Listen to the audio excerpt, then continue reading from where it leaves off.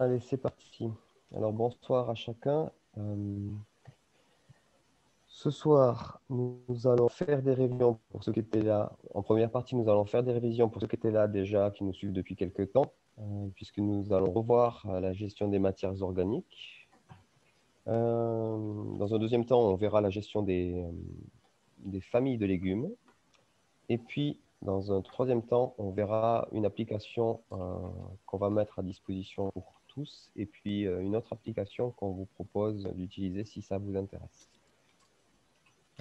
Alors, je vais partager mon écran pour rentrer directement dans le vif du sujet.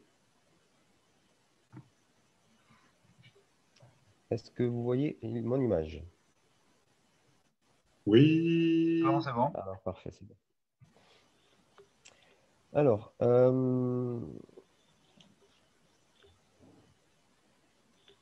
pour gérer un jardin, il nous faut connaître les deux grandes familles de matières organiques dont on va avoir besoin, soit pour faire nos paillages ou nos zones de culture avec des lasagnes, soit pour notre compost. Elles sont séparées en deux familles, les matières vertes azotées et les matières brunes carbonées. Donc là, on en a quelques-unes qui apparaissent à l'écran. Donc pour les matières vertes azotées, les épluchures de légumes, les herbes fraîches, le marc de café, les fruits et légumes abîmés, les restes de repas. Et pour les matières brunes carbonées, les feuilles mortes, les brindilles, les sciures et copeaux de bois, l'essuie-tout, le carton et papier journal. Donc ça, c'est vraiment quelques exemples, mais vraiment très succincts. Mais en règle générale, ça vous montre un petit peu à quoi ressemble chacune des matières. Les matières brunes sont généralement brunes et sèches, et puis les autres sont généralement, les matières humides sont généralement de couleur. Et il faut savoir que pour que votre compost soit équilibré, il va vous falloir mélanger ces deux familles à 50%. C'est-à-dire qu'il vous faudra 50% de feuilles mortes ou de brindilles ou de bois broyés pour pouvoir accueillir et traiter correctement la même proportion en épluchures ou en herbes fraîches, par exemple. Est-ce que dans les commentaires, vous voudriez mettre des questions que vous pourriez avoir par rapport à votre composteur, des choses que vous pensez qu'on ne peut pas mettre ou voilà, des questions que vous pourriez avoir. Est-ce que vous avez des questions sur ce sujet? Je regarde directement dans le chat. Pas de questions. Donc, on n'a que des pros du composteur. Eh bien, si c'est le cas, pas de problème. Je vous laisse quelques temps pour rédiger. Sinon, je continue. Si vous avez, voilà, les agrumes. Alors, les agrumes, c'est une question qu'on pose souvent. Si c'est un lombricomposteur, donc les lombricomposteurs, c'est des composteurs spécifiques qui sont fermés, qu'on met dans des garages ou qu'on peut mettre dans un coin, dans une pièce fraîche, où il n'y a que des vers de terre à l'intérieur qui s'occupent de la décomposition. On va éviter les agrumes, enfin, on va même pas les mettre parce que ça tue les vers. Mais par contre, mélanger dans le reste des matières organiques, ça ne pose aucun problème. Voilà. Soi-disant, on peut mettre les filtres à café, mais ils n'ont pas l'air de bien se décomposer. C'est possible. Théoriquement, si c'est juste une matière papier, ça va finir par se décomposer. Est-ce qu'il faut remuer le compost de temps en temps? Carrément et totalement, et on va en parler. On va voir ça de plus loin sur les différents composts. Je vais vous en montrer deux ou trois, et puis on va voir les différences qu'il y a entre chacun et les avantages de chaque façon de composter.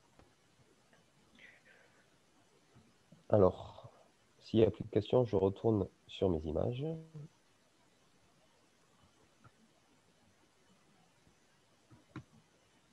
Voilà. Je vais voir si je peux... Ah non.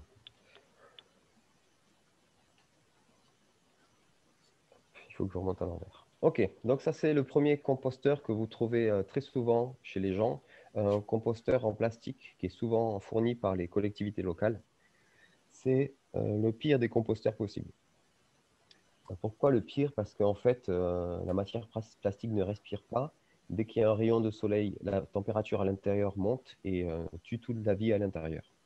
Donc, si vous avez ce genre de composteur, il faudra absolument le mettre à l'abri d'un arbre, sous un arbre, pour qu'il soit à l'ombre tout le temps, parce que sinon, vous ne pourrez rien obtenir de qualitatif avec un composteur de ce type-là.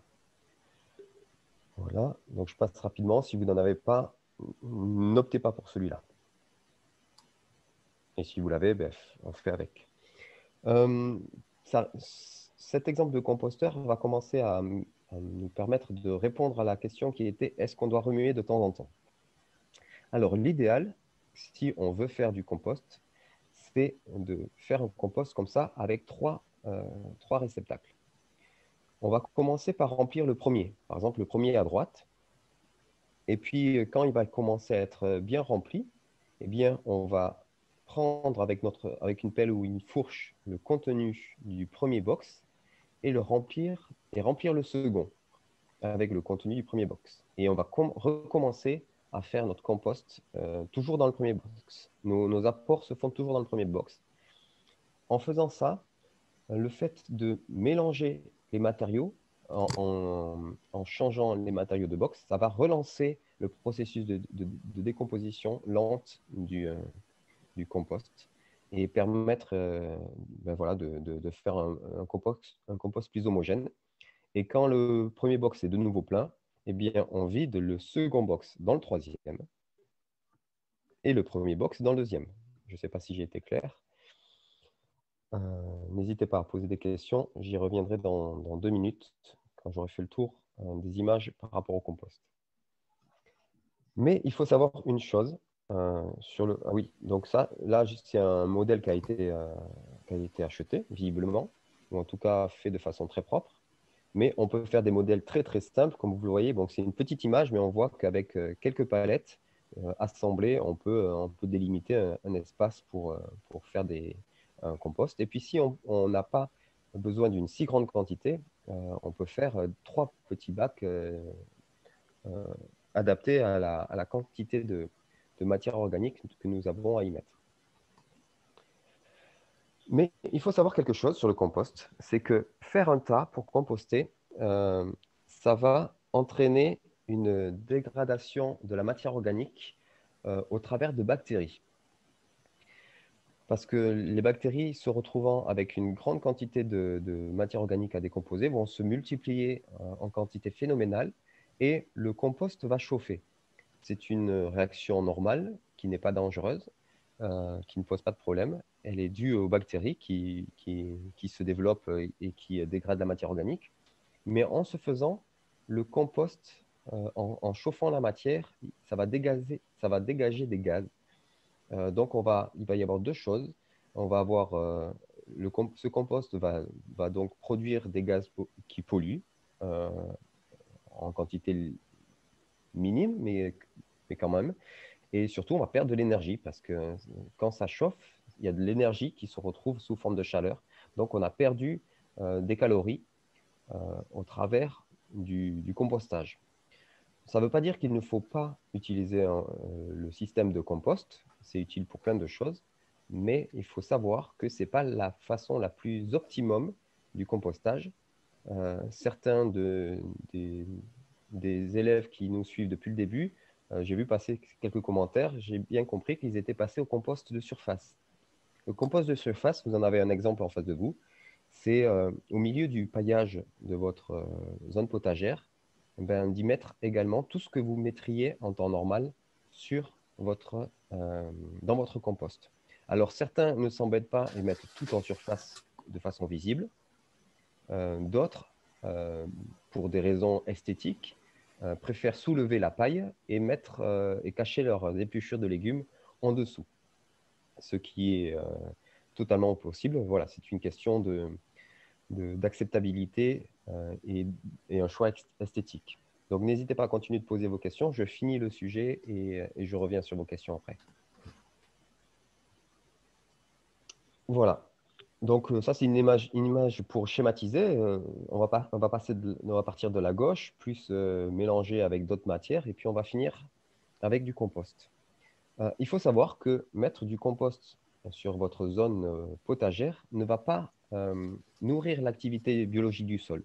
Ça va simplement servir à remonter le taux de matière organique. Donc, ça n'aide pas à stabiliser et équilibrer nos sols. Ça va un petit peu assécher nos sols. Donc, ça ne va pas forcément les aider à avoir une meilleure rétention d'eau. Mais c'est un support de culture très utile pour faire les semis, pour certains semis en direct et en tout cas pour faire des semis en pot. Euh, voilà ce que je pouvais dire sur le compost. Donc, je vais sortir de là et répondre aux éventuelles questions. Alors, pour le café en dose ESE, moi je les coupe et je les vide. Oui, je l'ai fait pendant un moment jusqu'à ce que j'en ai marre et que je change de machine à café. Maintenant, j'ai une machine à café où je peux jeter le marc de café directement. J'ai fait énormément d'économies financières. Tu devrais en faire autant. Si on met tout à même les planches de culture, est-ce qu'il faut aussi les deux matières? Alors, c'est une très bonne question, Marc. Eh bien, théoriquement, tes deux matières y sont parce que euh, sur les planches de culture, comme on vous conseille de les faire, elles sont couvertes toute l'année. Donc, il y a déjà la matière organique. Il y a déjà soit des feuilles, soit un résidu d'herbe de tonte qui a séché, soit de la paille. Donc, les deux matières y sont déjà. Donc, on n'a pas besoin de réfléchir à, à la quantité de matière 50-50. C'est quand on fait du compost en tas il faut respecter cette, euh, cette règle. Mais sur le compostage en surface, tu n'as plus besoin de te poser de questions. Juste un gros tas, ça va très bien, juste un gros tas. Ça fonctionne très bien. Alors, je vais, Oui, vas-y, Philippe. ouais, je vais rajouter juste un gros tas, ça va, et c'est même, ça peut être d'une pierre deux coups, puisque sur ton tas de compost et autour de ton tas de compost, tu vas pouvoir aussi cultiver. Alors, c'est valable aussi autour des palettes, etc. Mais j'ai vu un nombre de courges incalculable pousser sur les tas de compost. Et pendant que le compost se fait et mature, c'est pas de l'espace perdu. Alors, Exactement. juste, Et on va le voir juste après. Vas-y, juste une remarque aussi. vas-y, Sébastien. Le tas, c'est bien, mais c'est encore mieux si c'est couvert, il me semble. C'est-à-dire qu'un compost couvert, quand il va pleuvoir dessus, on va avoir beaucoup moins de pertes. Alors, si après le jardin est autour du tas de compost, ben, ce qui est perdu, ça va être consommé par les plantes autour, comme tu dis, Philippe. Mais si par contre votre compost est à la maison et que le jardin est un peu plus loin, ben, vous allez avoir des pertes à un endroit qui n'est pas forcément suffisamment cultivé. Et en plus, la décomposition va se faire dans des conditions optimales. Donc, je pense que les composteurs qui sont un peu couverts, c'est mieux. Mais voilà, c'est mon avis. Je suis tout à fait d'accord. Et on va le voir, pour compléter ce que tu viens de dire, Sylvain, on va le voir juste après avec l'exemple du Chaos Garden. Donc, les parois ne pourrissent pas à la longue. Bien entendu, les parois se décomposent petit à petit. Si on n'arrive pas à remplir le bac, tu conseilles de passer au suivant tous les combien environ? Oh ben, hmm. Eh ben, tu réduis tes bacs et tu passes au compostage en surface. Je ne sais pas te dire. Je sais pas te dire. Chaque saison, tu peux changer de bac à chaque saison. Alors, tonton Philippe qui est passé au compostage en surface, dit que ça apporte de la couleur au jardin en hiver. Les coquilles d'œufs mettent plus longtemps à se décomposer, c'est normal. Oui, c'est totalement normal parce qu'en fait, les coquilles d'œufs, en fait, c'est, c'est du calcaire. Donc, ce que tu peux faire, c'est tu peux les broyer avant de les mettre ou les laisser comme ça. Ça prendra du temps à se décomposer. C'est pas du tout un problème et ça peut aller dans ton potager comme ça. Il faut juste faire attention si tu as quelqu'un dans ta famille qui est hémophile ou quoi, parce que bon, ben, si tu le laisses, enfin, c'est vraiment une précaution. Si vraiment il y a quelqu'un qui est vraiment hémophile ou vraiment qui a des gros soucis de santé, il ne faudrait pas qu'il se coupe en mettant les doigts dans la terre. Mais bon, c'est vraiment c'est plus avec avec les coquilles de coquillages qu'on peut avoir ce genre de problème. Mais c'est normal que ça mette du temps à se décomposer. Et c'est pas un souci, c'est pas pour ça qu'il faut arrêter de le mettre. Rajouter du calcium dans ton potager n'est pas un problème, au contraire. Alors, les briser, c'est bien, hein. Ça aide d'avoir briser les coquilles. Oui. Alors j'en profite aussi, alors c'est pas forcément la période, mais les coquilles d'œufs au jardin, ça aide à préserver les choux, de la pierrite du chou. Parce que la pierrite va pondre plutôt sur l'albumine qui est sur la coquille et pas sur le chou. D'accord, mais donc dans ce cas-là, ça fonctionne si on laisse les coquilles en surface. Voilà, ouais. Ok, ça à savoir. Et puis, chez Mylène et Joël, on a quelques plants de courges qui sont sortis en novembre. Oui, bon, ben, par contre, je pense qu'ils ne passeront pas l'hiver. Est-ce que pour une terre argileuse, je peux rajouter du sable en ce moment? Alors, les garçons, qu'est-ce que vous en pensez? Déjà, je te demanderai, qu'est-ce que tu veux rajouter comme sable?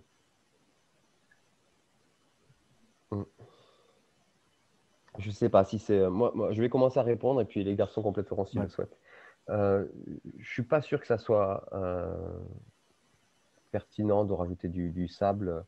Enfin, si tu veux en rajouter, tu peux. Si tu en as à ta disposition, tu peux. Mais il faut que ça soit du sable de rivière, surtout pas du sable de mer, parce que sinon, il est salé et tu vas saler ton potager. Je sais que c'est compliqué de commencer avec une terre argileuse. On la trouve trop dure, mais il y a vraiment moyen de faire une bonne terre de culture avec une terre argileuse. Au contraire, même une terre argileuse, c'est une très bonne terre pour commencer un potager. Oui, ça prend un peu plus de temps à devenir malléable, avoir une bonne consistance, etc. Mais c'est une bonne terre de culture et puis qui a plein de... Voilà, il n'y a que des avantages. Sylvain, peut-être quelque chose à rajouter ou pas? Moi, j'ai pas le cas de terre argileuse vers chez moi, donc j'ai du mal à voir.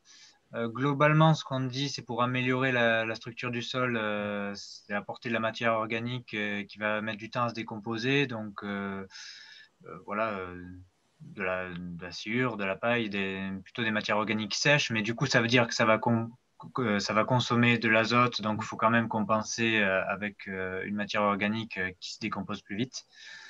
Et surtout, ne pas mettre que de la paille dans l'argile, sinon ça fait une brique. Parce que c'est le principe.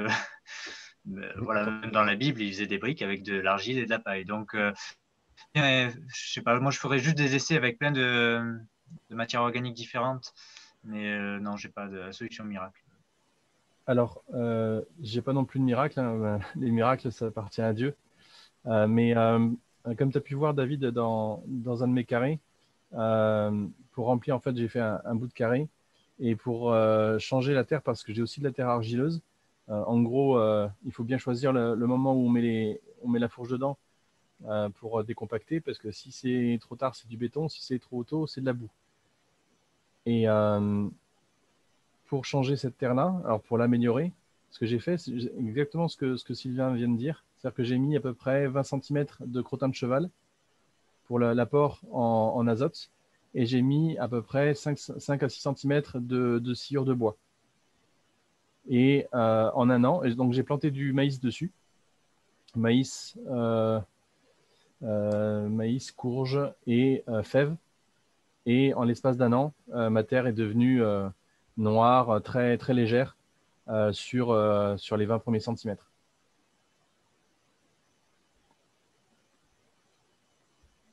Voilà. Très bien. Merci. Du coup, on va reprendre notre fil. On reviendra dès qu'il y a des questions. N'hésitez pas à n'importe quel moment.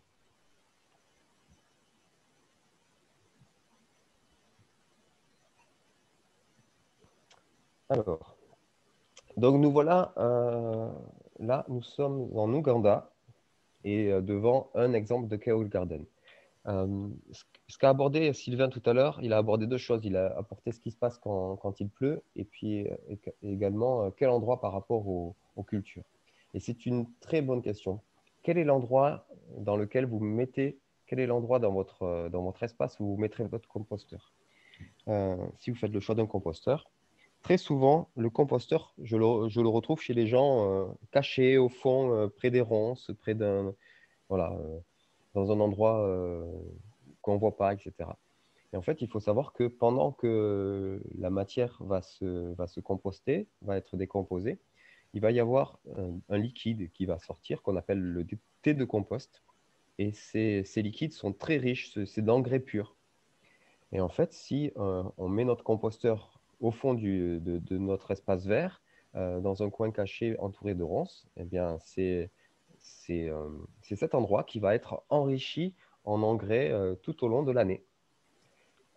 Partant de ce principe, au Burkina Faso, il me semble que les Keol Gardens sont nés au Burkina Faso, on a développé ce système-là avec le compost, en fait, est au centre. Ce que tient le jeune à la main, avec sa main, c'est le petit chapeau qui vient pour cacher le composteur. Et donc, en fait, ils cultivent tout autour du composteur. Et comme quand ils font la vaisselle, la lessive, etc., ils n'utilisent pas de produits chimiques, ils peuvent même se permettre de vider l'eau de la vaisselle dans le composteur. Et comme ça, ils arrosent par l'intérieur euh, leurs zones de culture. Et donc, ils ont un arrosage qui est efficace parce que ce n'est pas un arrosage de surface, puisque le composteur, en fait, il faut s'imaginer qu'il descend jusqu'au niveau du sol. Voilà. Donc, c'est une méthode qui est pas mal développée en Afrique et qui fonctionne aussi très, très bien chez nous. Euh, on peut imaginer un mix. Plutôt que d'avoir un composteur unique à un endroit, on pourrait imaginer des tout petits trous avec quatre morceaux de planche ou un morceau de grillage dans tous nos coins de culture. Régulièrement, tous les 2-3 mètres, un nouveau coin de compostage qui pourrait permettre d'infuser toutes nos zones de culture au fur et à mesure. Donc, je vois que ça clignote, il y a déjà des questions. Alors,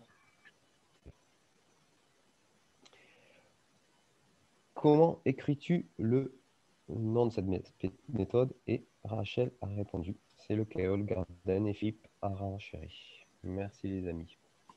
Et donc, c'est vraiment très efficace. Moi, alors, ce n'est pas du tout le sujet du cours, mais on reviendra plus tard sur les ravageurs. Et si le sujet vous intéresse, on a déjà fait une séance la saison dernière là-dessus. Moi, c'est grâce au Keol Garden que j'ai compris comment gérer les limaces au potager parce que j'avais deux zones de culture. Une zone de culture classique, enfin, qui était déjà une zone ouais, bon, classique, peu importe. Et puis, j'avais créé un Keol Garden juste à côté. Et puis, c'était quand même mes débuts. Alors, j'utilisais encore à cette époque-là les petites pilules bleues agréées en agriculture bio pour lutter contre les limaces. Et puis, le lendemain, j'avais planté donc des choux et des salades. Et donc, j'avais mis toutes mes petites pilules bleues. Et puis, le lendemain, je reviens et sur la zone de culture classique, j'ai retrouvé, comme de toute logique, j'ai retrouvé plein de limaces qui avaient mangé ces pilules et qui étaient mortes. Et sur le Keol Garden, pas une seule limace de morte, mais pourtant pas un seul chou touché. Et c'est là que j'ai compris, en fait, dans le Keol Garden, les limaces étaient plus intéressées par la matière organique en décomposition, parce que c'est quelque chose qui les intéresse plus. Je ne fais pas faire tout le plan sur les limaces, mais le fait d'avoir de la matière en décomposition euh, près de ma zone de culture, protéger ma zone de culture des limaces. Voilà, c'est quelque chose qu'on va revoir une autre fois.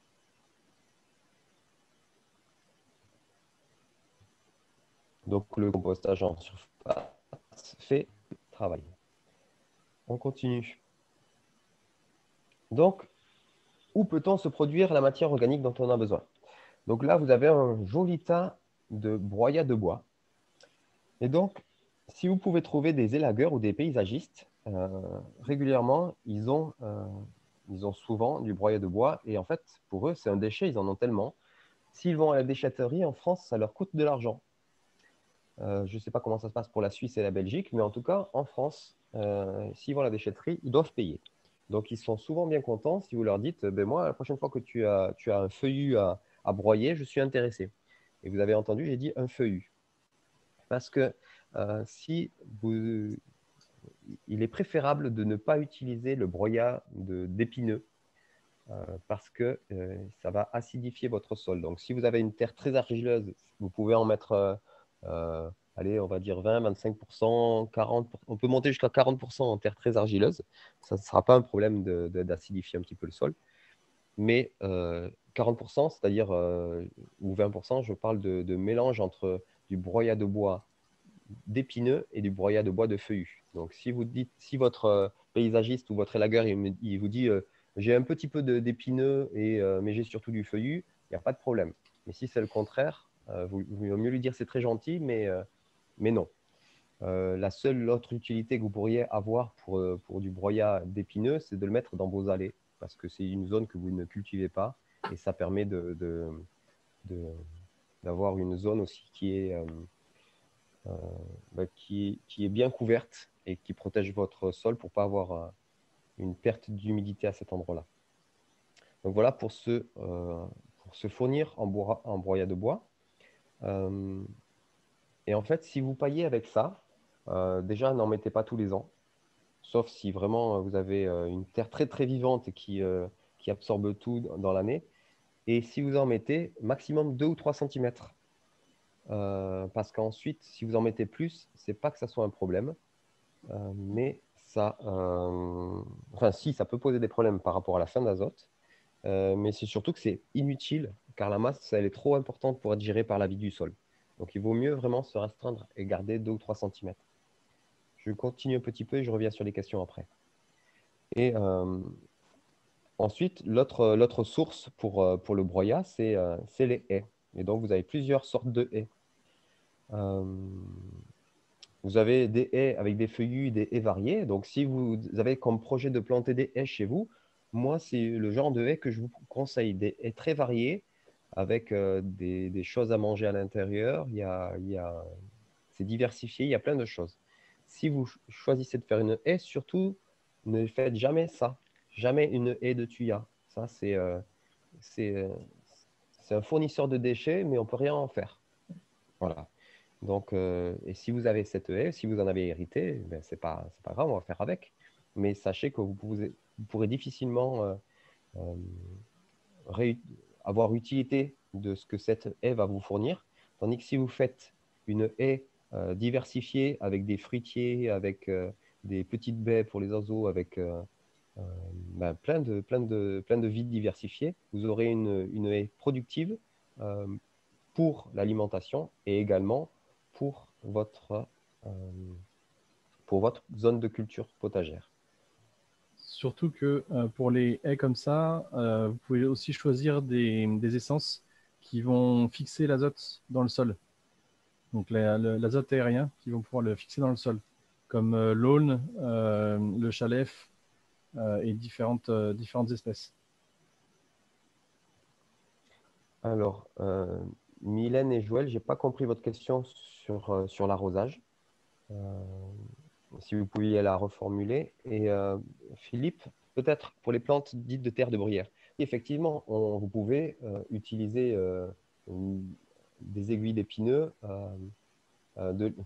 du broyat d'épineux pour des zones que vous réserveriez à des plantes qui aiment les terres acides, si la vôtre ne l'est pas, ou même si elle est déjà un peu acide. Ensuite, il y a un contre-exemple à ce que je viens de dire, c'est qu'il y a, j'ai oublié son nom, mais il y a une personne qui a travaillé beaucoup pour la permaculture qui, elle, fait tout son potager uniquement avec des épines de pin. La différence, c'est que c'est des épines sèches qu'il va récupérer en forêt et il ramène des brouettes et des brouettes d'épines sèches. Et ça fonctionne. Il a une terre magnifique qui, lui, il composte tout en surface, même ses toilettes sèches, et il ne sème plus rien. Enfin, bon, bref, c'est un extrême, c'est particulier. Mais voilà, tout ça pour dire que c'est faisable dans certaines. Il y a toujours une exception, et c'en est une. Oui, j'ai des aiguilles de pin, oui, pour répondre à Marie. Et par rapport à Mylène et Joël, c'est par rapport au kéol. Est-ce que tu arroses par le compost ou c'est juste la production de thé de compost qui arrose? Non, c'est que ce qu'ils font au Burkina et en Ouganda, c'est que justement, ils arrosent par le compost. Et comme ça, ils savent que comme l'eau est très précieuse chez eux et qu'elle s'évaporerait trop vite s'ils faisaient de l'arrosage en surface, eh bien, le fait d'arroser par le compost permet d'avoir un compost qui ne sèche pas parce qu'ils ont des températures que nous ne connaissons pas ici. Et aussi, ça permet d'avoir que l'eau, comme elle pénètre par l'intérieur de la zone de culture, eh bien, elle est moins sujette à l'évaporation, surtout que, comme vous avez pu le voir, ils couvrent leur compost. On peut Alors, broyer les branches de laurier. Oui, je te laisse reprendre, Sylvain, juste après ça. Et oui, on peut broyer les branches de laurier. Vas-y, Sylvain. non, juste avant qu'on s'éloigne trop du thème du compost, euh, bon, on a parlé donc du kale, mais souvent, c'est mon cas, le composteur, il est loin du jardin. Et quand on se pose la question de savoir si on veut composter ou faire du compost de surface, ben, le composter et d'amener du compost au jardin, ça réduit quand même les quantités à apporter. C'est plus facile, on remplit une benne et on va au jardin comme ça. Donc, en fait, souvent, ceux qui choisissent de composter et de ne pas faire de compost de surface, c'est aussi il y a un côté pratique à composter, c'est qu'il y a moins de volume. Mais après, il y a une différence voilà, dans la vie du sol. Et, euh, et du coup, si le composteur, c'est pas possible de l'avoir dans une zone où c'est cultivé, pour éviter d'avoir du thé de compost, mais ça, je ne sais pas si David ou Philippe, vous avez des infos, il me semble que si on mélange plus, on va avoir un fonctionnement microbiologique différent et du coup, on aura moins de pertes, en tout cas moins de pertes liquides. Et après, pour éviter d'avoir du liquide, il faut aussi compenser avec de la matière sèche. Donc, comme tu disais au début, 50-50, matière sèche, matière humide. Donc, c'est des précautions à prendre si on ne peut pas cultiver justement autour du composteur. Voilà, c'est des petites remarques. Ouais. Merci Alors, pour ces précisions. tout à fait, Sylvain. En fait, ce qu'il est conseillé de faire sur les composts, c'est de bien les aérer. En fait, sinon, la décomposition chimique se fait différemment. Ça veut dire que l'extérieur du compost se fait aérobie, donc avec l'oxygène qui se mélange, etc. Et du coup, la décomposition chimique va être complètement différente que anaérobie, où il va y avoir une production de jus supérieure, d'où par le manque d'évaporation, une température qui peut monter plus haute et des gaz qui vont sortir, qui vont être notamment utilisés pour la méthanisation. Donc ça va dégager plus de méthane, etc. Et du coup, l'énergie, l'azote qui va sortir par les gaz ne sera plus disponible dans le compost pour la matière organique.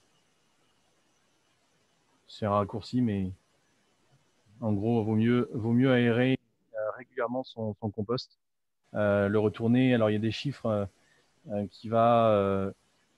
ça varie entre 7 jours, donc ça veut dire toutes les semaines l'aérer, et tous les 21 jours, suivant les types de compost, etc., qui sont là. Mais il faut l'aérer très très régulièrement. L'aérer, hein, ça ne veut pas dire tout retourner, etc., mais juste un petit coup de... Alors il y a des spirales qui existent en métal pour des espèces de vis qu'on met dedans, on tire un petit peu pour aérer. C'est toute une gymnastique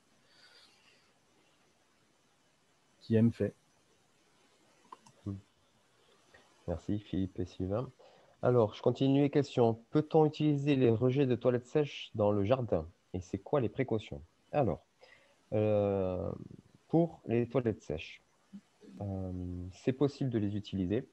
Ce qu'on conseille pour le moment, c'est de les laisser de côté pendant 3 ans. Et en règle générale, les personnes qui les utilisent plutôt pour les arbres. Euh, c'est juste plus psychologique qu'autre chose, parce qu'on n'est pas encore prêt à se dire que nos salades sont issues de ce genre de compost. Euh, Par rapport aux autres précautions, ça demande que les personnes qui vont dans ces toilettes sèches n'utilisent pas de médicaments. Euh, et quand je dis médicaments, c'est valable aussi pour les pilules. Voilà. Donc, si on veut pouvoir utiliser ce genre de compost, il ne faut pas qu'il y ait de médicaments dedans.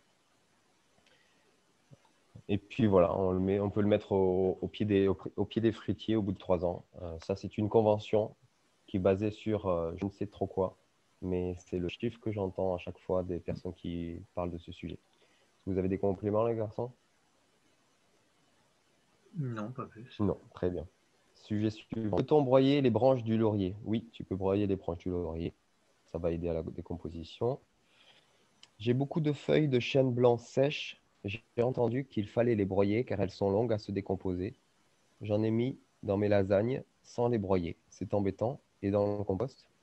Alors, oui, si tu les broies, ça va accélérer la décomposition. Ce n'est pas obligatoire. Euh, il me semble que, vous allez me contredire sinon, mais il me semble que juste le chêne, il y a un peu plus de tanin dans les feuilles, donc c'est un peu plus long à décomposer, mais ça ne pose pas de problème. Vous êtes d'accord Et, sur ce et sujet? après, il y a aussi les feuilles qui sont plus longues à décomposer, c'est aussi toutes les feuilles qui ont de la cire qui sont brillantes en fait. Donc, par exemple, c'est souvent le chêne vert, par exemple, et il va être bien brillant. Certains lauriers aussi. Et en fait, c'est une cire qui est à la surface de la feuille pour protéger la feuille contre le froid, la sécheresse, tout ça. Et ça va mettre du temps à se décomposer. Donc, en fait, quand on choisit, si on a du choix entre un arbre qui a une feuille juste mate et qui est très fine, on se doute bien que ça va vite décomposer par rapport à une feuille de chêne vert bien coriace, bien dure, bien lourde, ou du laurier amande. Voilà, même sans regarder dans les livres, on peut s'habituer à deviner combien de temps ça va mettre à se décomposer. Et du coup, pour les feuilles où c'est long, la décomposition est longue, il va falloir broyer, enfin, ça va accélérer, quoi. Sinon, c'est juste que le compost sera un peu plus long. Et après, justement, ça dépend de quelle est l'utilité. C'est-à-dire, si c'est pour du paillage, ben, un paillage qui ne se décompose pas vite, c'est un avantage. C'est Si ça. c'est pour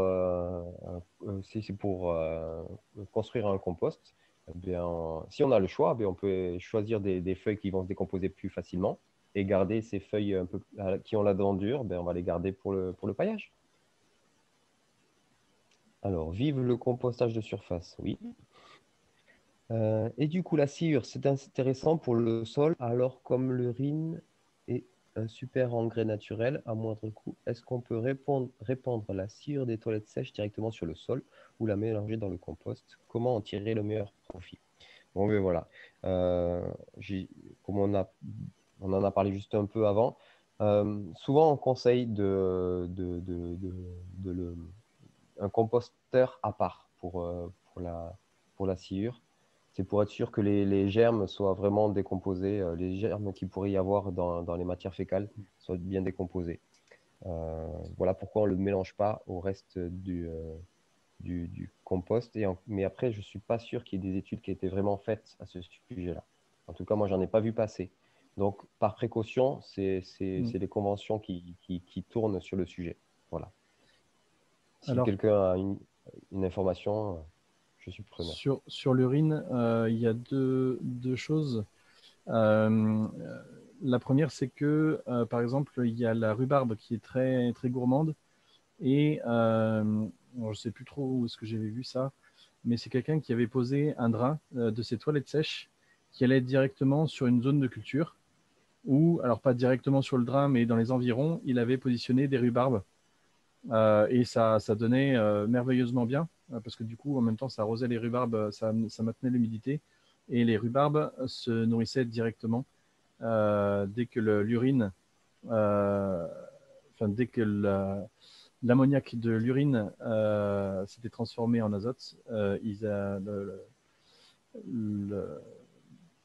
la rhubarbe le pompait. Ensuite, sur les questions d'urine, le sujet, en fait, c'est que il faut que, en fait, ça se décompose assez rapidement. Donc, déposer des copeaux avec de l'urine dessus, par exemple en hiver, ça va avoir que très peu d'apport pour l'été ou pour le printemps, lorsque les plantes vont en avoir besoin. Donc, ça va plutôt être pour les arbres euh, l'été ou au printemps, quand les arbres ils vont avoir besoin d'azote, plutôt que les plantes, parce que psychologiquement, ça sera toujours mieux reçu d'aller pisser contre un arbre, pardonnez l'expression, que d'aller pisser sur les légumes. Maintenant, d'un point de vue proportion, Alors là, c'est un peu de la recherche en cours. Je vous le livre comme ça. Mais au niveau des proportions,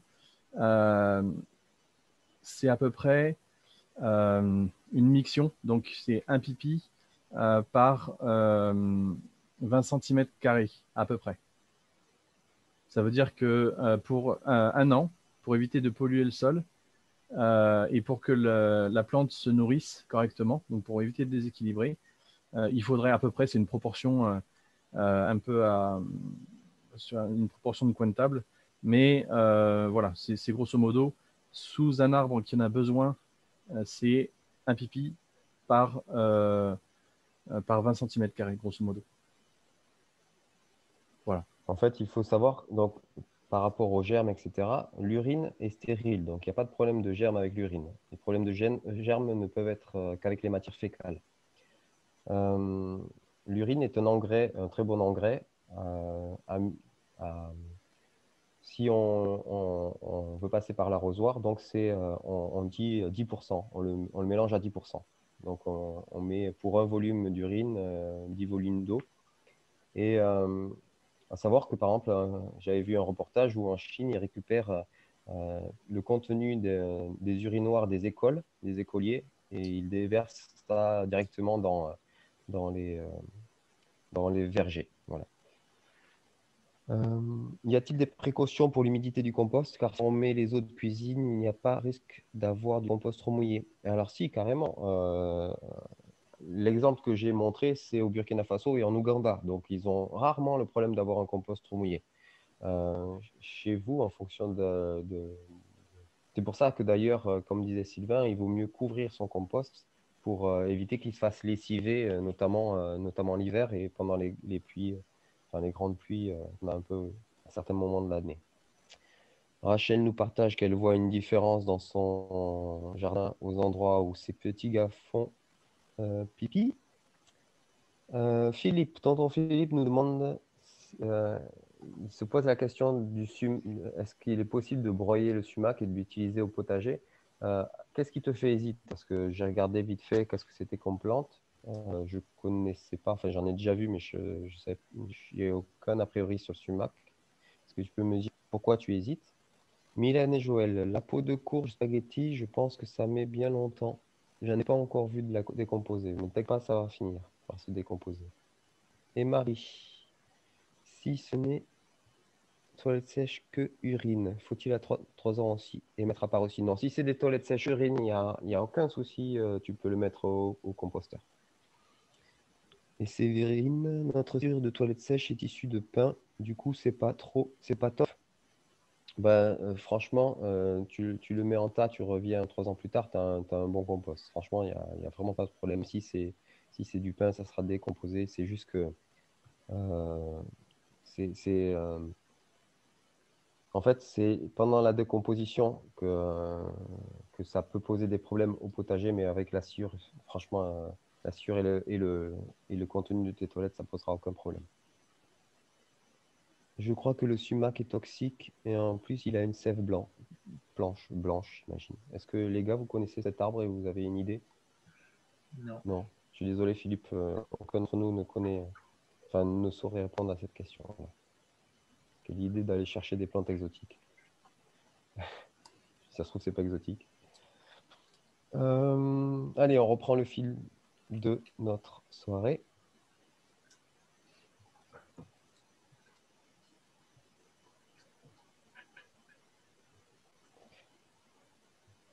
Ok.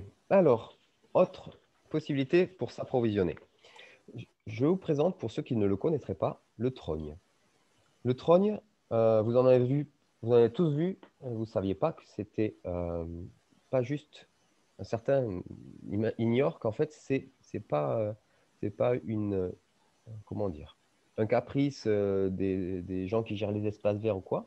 À la base, le trogne, c'est le vrai ami du paysan, le vrai ami de l'éleveur, et maintenant, c'est le vrai ami du jardinier.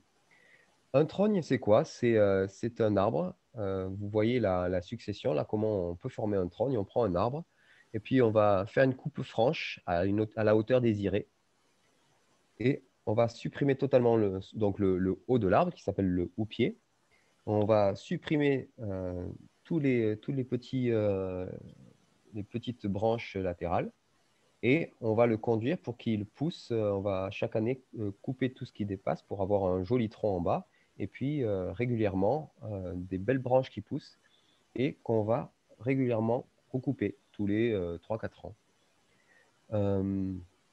Et après plusieurs cycles de recépage, ben voilà, on a ce qu'on appelle un arbre tétard. L'arbre trogne, il y a des centaines de noms, ça dépend de la région où vous êtes. Alors, en faisant ça, c'est bizarre et contre-intuitif, mais on allonge la durée de vie de l'arbre. On lui permet d'être beaucoup plus productif. Et à quoi ça servait? Donc, au départ, ça servait beaucoup pour pour les éleveurs, pour nourrir les bêtes. Quand il n'y avait plus d'herbe dans les prés, bien, ils allaient sur les arbres au bord pour couper les branches pour leur donner à manger. Ça servait aussi pour faire des fagots pour le feu. Et en fait, très souvent, le tronc appartenait au propriétaire du terrain et tout ce qui poussait appartenait à la personne qui cultivait le terrain. Et aujourd'hui, ceux qui font de l'élevage ou qui ont des bêtes qui mangent du fourrage, vous allez vous rendre compte que si vous commencez à leur donner, alors je vais vous donner une liste d'arbres, hein, mais si vous leur commencez à leur donner des branches de ces arbres-là, vous allez voir que c'est un régal pour eux. C'est-à-dire qu'aujourd'hui, dans les éleveurs qui font ça, dès qu'ils démarrent la tronçonneuse, il y a toutes les brebis qui accourent, quoi, et qui viennent autour de la tronçonneuse parce qu'elles savent qu'au bruit de la tronçonneuse, elles vont avoir à manger. Et on se rend compte que les troupeaux qui sont alimentés avec ce genre d'aliments sont vraiment en meilleure santé. Il y a vraiment un meilleur équilibre pour leur santé, pour les agnelages, etc. Voilà, c'est vraiment un super produit pour les bêtes. Et pour nous, pour notre potager, ben, ça nous permet d'avoir régulièrement de quoi broyer. Et donc, si on conduit certains arbres en tétard ou en trogne, eh bien, on va avoir régulièrement une belle quantité de matière à broyer. Et donc, je vais vous donner une petite liste non exhaustive d'arbres que l'on peut trogner. Vous allez voir que quasiment tous les arbres se trognent. Donc, le tilleul, le saule, le peuplier. Ce que je vais venir là et vous mettre ça dans le chat. Alors, je disais le tilleul, le saule, le peuplier, le frêne, le sureau, le robinier faux acacia, le châtaignier, le platane, bien entendu, c'est celui que vous voyez partout. Vous vous êtes toujours demandé pourquoi ils étaient massacrés comme ça tous les ans, les pauvres. Eh bien, c'est un héritage. C'est un héritage. Voilà, les mûriers, parce qu'il y a plein de mûriers, le mûrier blanc, etc. Le mûrier, le bouleau, le noisetier, le chêne. Et voilà, encore, comme je vous disais, c'est non exhaustif. Quasiment tous les arbres feuillus se conduisent en trogne. Est-ce que vous avez des questions sur ce sujet? Je vous mets la liste. Très bien. Pas de questions sur ce sujet? Alors, je continue. Les compléments, les garçons, sur les... La trogne, si vous commencez à en faire, faut pas la démarrer trop tard sur l'arbre. Et puis, faut la faire idéalement à la hauteur d'exploitation. Ça veut dire que si vous avez des animaux qui vont avoir tendance à attaquer les branches, il faut le faire au-dessus de 3 mètres, comme par exemple des chevaux, des vaches, etc. Et puis, si c'est vraiment au potager, bah, vaut mieux le faire à 1 mètre, 1 mètre 20, pour que vous puissiez tailler au sécateur ou à la petite scie directement votre trogne, parce que si c'est à 3 mètres, il faudra toujours prendre l'échelle. Et puis, par exemple, le noisetier, ça peut se trogner vraiment quasiment en pied. et ça fera une touffe sans tronc. Et puis souvent, le robinier faux acacia, les gens sont presque embêtés d'avoir ça. Et puis chez eux, et puis quand on apprend qu'on peut l'utiliser, eh bien moi, chaque année, dès que je pouvais plus tondre ma pelouse, eh bien, je me rabattais sur le robinier faux acacia et c'est lui qui servait pour finir le paillage pour le reste de la saison. Et je lui coupais régulièrement des branches que je passais. En fait, il faut savoir que si votre sécateur à main peut couper la branche, votre tondeuse va réussir à le broyer, pour ceux qui n'ont pas de broyeur. Alors moi, ce que je faisais, c'était ça, c'est que je coupais à la main toutes les branches que je pouvais, et je les broyais avec la tondeuse. Et puis après, je coupais le reste avec des cisailles force et que j'utilisais pour d'autres utilisations. Et bien sûr, tu passais la tondeuse en sandales à ce moment-là. Bien entendu. Bon, la paille. La paille, le foin. Alors, si vous connaissez un vendeur de paille ou de foin ou un paysan, n'hésitez pas à lui demander s'il n'a pas de la paille de deuxième catégorie. La paille de deuxième catégorie, c'est quoi? C'est une paille qui a pris l'humidité. C'est pas pratique pour les bêtes parce que les bêtes, elles n'en veulent pas, ni pour se coucher dessus, ni pour le manger. Mais votre potager, peu importe que la paille ou le foin ait déjà pris l'eau, ça ne vous pose aucun problème. Donc, vous pouvez le récupérer. Et pour ceux qui sont craintifs par rapport à la paille qui pourrait avoir des résidus de, de produits chimiques, si l'agriculteur est en conventionnel, si elle a pris l'eau, justement, elle a été délavée. Donc ça commence enfin, le travail est déjà commencé. Ce que je te propose, Philippe, quand je suis sur les photos, c'est que s'il y a des questions en rapport, que tu puisses les lire et les traiter en même temps. Comme ça, on va gagner un peu de temps. Parce que je Ça vois qu'il y a marche. des questions qui arrivent, mais moi, je ne peux pas les voir là.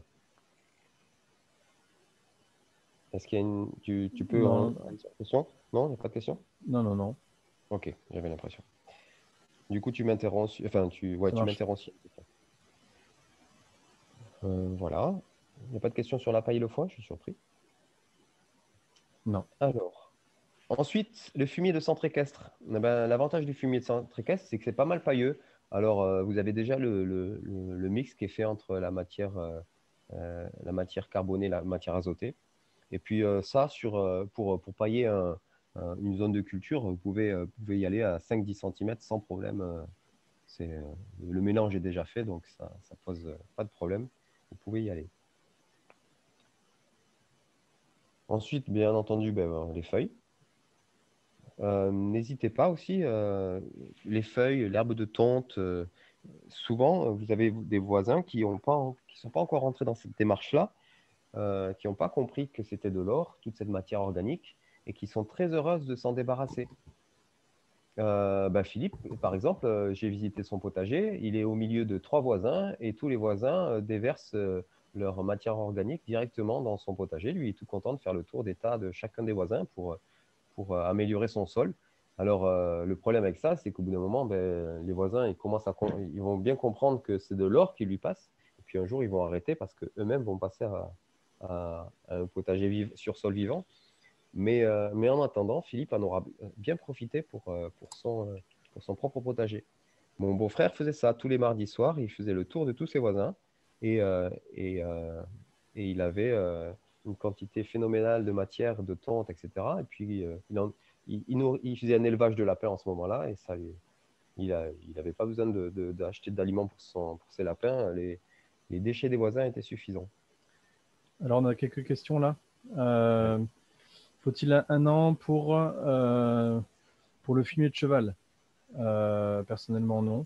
Je le mets. Alors, j'évite de planter directement dessus, mais je le mets à l'automne. Et quand il est entièrement décomposé, eh bien, je plante dessus au printemps. Plus c'est concentré, plus ça met de temps à être décomposé. Donc, j'en mets 10-15 cm. Et puis, au printemps, que je couvre. Et au printemps, il n'y a plus rien. Les limaces et les scarabées, etc., ont tout traité. J'ai une haie avec des Photinia, Red Robin et l'Agnus. laurier, etc. Est-ce OK pour le broyage, les gars? Il n'y a pas de contre-indication. Pas de Ouais. contre-indication. Franchement, tu peux y aller. Alors, les Laegnus, c'est typiquement une essence qui fixe l'azote dans le sol. Est-ce que tu recouvres avec de la terre le fumier? Et moi, personnellement, non, parce que sinon, en fait, on risque de faire une fermentation anaérobie et du coup de tout flinguer plus que de laisser la nature faire naturellement. Alors, moi, Ouais. moi c'est pas pareil. Avec mon fumier, en fait, j'avais des résidus, c'est-à-dire qu'au même au bout d'un an, j'avais des plaques de fumier qui n'étaient pas décomposées. Mais il y a plusieurs raisons, je pense. C'est parce que mon sol n'était pas assez boosté, pas assez de vers de terre et tout ça, et j'avais pas suffisamment de matière sèche pour faire l'équilibre. Et du coup, en fait, il n'y a rien qu'à attaquer mes plaques de fumier, un fumier qui était, ouais, qui faisait vraiment des plaques à certains endroits. Et en l'enfouissant un peu, donc pas en grande profondeur, il me semble que ça allait mieux. Donc voilà, ça dépend un peu du fumier, il faut faire un peu des essais. Et voilà. Voilà, si on reste en superficiel, à mon avis, il y a quand même de l'air qui passe. On va pas de suite en anaérobie. Ça dépend aussi du sol. Si on est en sol argileux, on va passer assez vite en anaérobie. C'est pas mon cas. Mm. Voilà, donc De toute façon, il faut observer. ouais. C'est aussi simple que ça. Il faut observer, essayer. Je suis en train d'essayer de répandre du broyat de pommes issu de pommes pressées dans une zone dans mon jardin. David l'a vu. J'en ai mis un Mm. tas pour voir ce que ça faisait et j'en ai mis une zone un peu plus étalée pour voir ce que ça faisait. Donc, il faut observer. Les feuilles soufflées aussi dans le village, bien sûr. En plus du geste citoyen et l'économie substantielle des employés municipaux, ça peut être, de toute façon, le jardin, c'est de l'or, comme disait David. La feuille, donc il faut charger, charger, charger, et il n'y en a jamais assez. Sauf quand vous en aurez 1,50 m, mais sinon.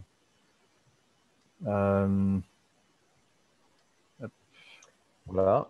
Et ensuite, ben voilà, les laves de tonte, hein, pareil comme les feuilles pour vos zones de culture, et c'est utile à récupérer ou chez les voisins.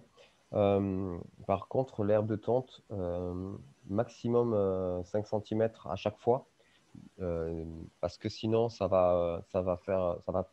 y a le risque de créer une croûte étanche, voilà, qui va asphyxier la vie du sol.